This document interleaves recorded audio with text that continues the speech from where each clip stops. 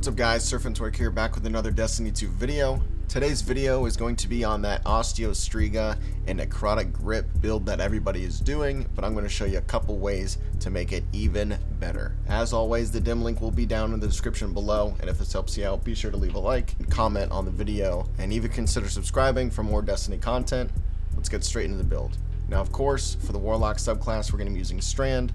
The super ability is going to be Needle Storm. It's going to spawn a bunch of woven needles, and after they embed themselves in the environment, they're going to reweave into threadlings. If the threadlings don't find anybody, they're going to come back to us and help us deal more damage. For the abilities, I chose to use the Healing Rift because we don't need the Empowering Rift on this. I chose to use Burst Glide because I feel like it's the best movement ability for Strand. Only melee right now is Arcane Needle. Sling a woven needle that'll be embedded in a target, unraveling them. Activate your melee ability again to chain up to 2 attacks. For the grenade, it's going to be the Shackle Grenade. There's nothing else you need to use with this because it's all about the Shackle Grenade. We're not even going to be using the actual grenade for itself. We're going to be actually using an aspect called Mind Spun Invocation. Your Grapple, Shackle Grenade, and Threading Grenade have enhanced functionality.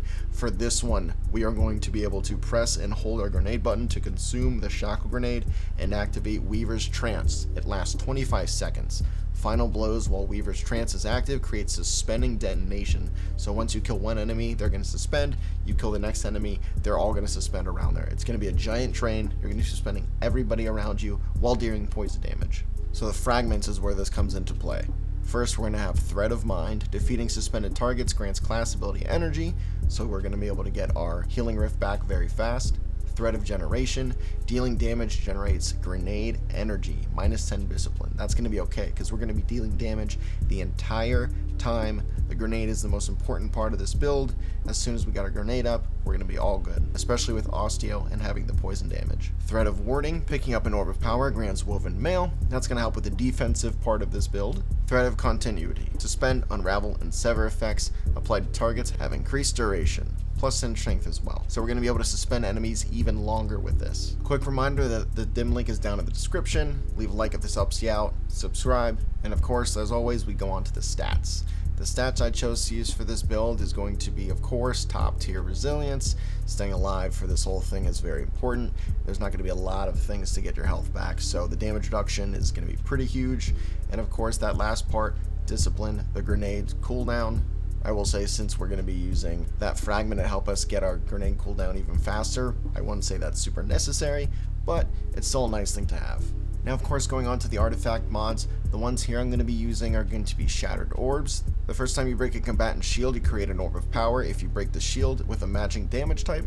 Then we got stuff like Volatile Flow. Picking up an Orb of Power grants Void Weapons volatile rounds, which is going to be pretty huge for what we're using for our secondary. I have Bursts from Beyond. Defeating a powerful combatant, a Void Weapon has a chance to generate heavy ammo for you and your teammates. And then we have Counterweave. When you are a member of your fire team stuns or defeats a champion, you gain energy for your least charged Strand ability. And then lastly, Prismatic Transfer. When you cast your super, each member of your fire team with a subclass damage type different than yours gains a bonus to weapon damage. So all 5 of these seasonal artifact perks are what's going to make this class so good for you and your teammates. Now moving on to the armor mods. Of course, starting with that helmet, we're going to be using Kinetic Siphon. Rapid Kinetic Weapon Final Blows create an Orb of Power. Heavy Ammo Finder increases the drop chance of heavy ammo on kill. And then we have Powerful Friends. Collecting an Orb of Power causes nearby allies to increase their current armor charge by 1, so you are kind of helping your teammates out with this build as well.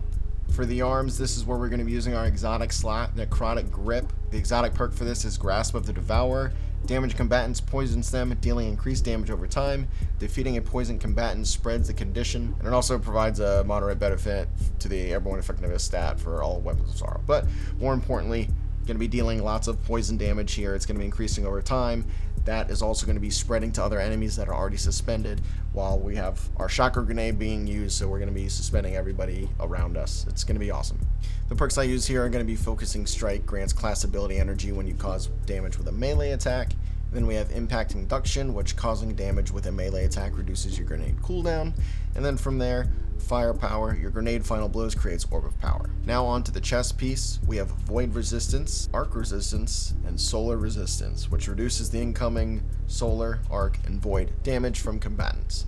I just did this to make it all around a kind of safer build, I guess, to use, especially if we're going to be picking up Orbs of Power. We're probably going to get shot a lot more. Straight on to the legs, I have 2 Innervation mods, which reduces the grenade cooldown each time you pick up an Orb of Power, so we're going to be getting our grenade back even faster. And then Kinetic Weapon Surge. Your kinetic weapons gain a small bonus to damage while you have any armor charge. Your armor charge now decays over time, which is going to be fine. So kinetic weapons are going to get a big boost in damage because of this, meaning that our poison does even more damage. And then lastly, onto the bond, I chose to use 2 outreach mods, which reduce melee cooldown while using your class ability, and then a bomber mod, which reduces grenade cooldown when using your class ability. So we're going to be swapping grenades and class abilities all the time. Whenever we pop our class ability, it's going to spawn 3 threadlings to go and attack all the enemies in front of us. It's a very easy build, works out super well. And then I'll go over the weapons that we need to use. Of course, the first weapon, the main gun, Osteo Striga. This one has quite a few exotic perks here, like Toxic Overload, landing a final blow or multiple precision hits triggers or burst that poisons nearby targets. The Catalyst, which poison final blows return ammo to the magazine. And then the trait, which is Screaming Swarm, fires a stream of sentient toxic projectiles that track an enemy target. So this gun is incredibly easy to use. You just hold down left click, everything is going to get poisoned. You probably won't even have to reload half the time, and of course it's what makes this build so damn good. For the secondary slot, I got 2 guns that I'd recommend. Null Composure, which is a Void Fusion Rifle, or maybe you can replace it with another Void Fusion Rifle if you have one, but that's the one that I have and I've used, and it works pretty well.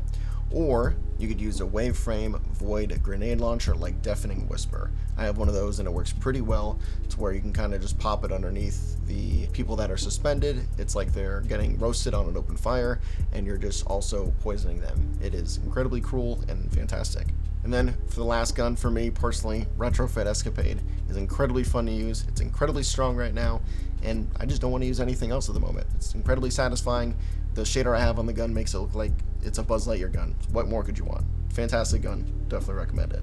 But all in all, that's pretty much it. This build is incredibly easy to use. It's incredibly strong. I have a feeling it might get nerfed someday. I don't know how they're going to nerf it, but for right now, incredibly easy to use. Slap on these gloves, swallow your shackle grenade, and then kill somebody with poison. Everybody's going to be suspended everywhere, and it's going to spread, and it's going to be a fantastic time. You're going to love it, your friends are going to love it, your family's going to love it, everybody's going to love it. If you enjoyed this video, make sure you leave a like, make sure you subscribe to the channel, definitely check out what we've got coming. We have a lot on the way, and we've also have a lot of videos on the channel right now, so if you haven't already checked it out, definitely do that. If you made it this far, thanks for watching, and I will catch you in the next one. Peace.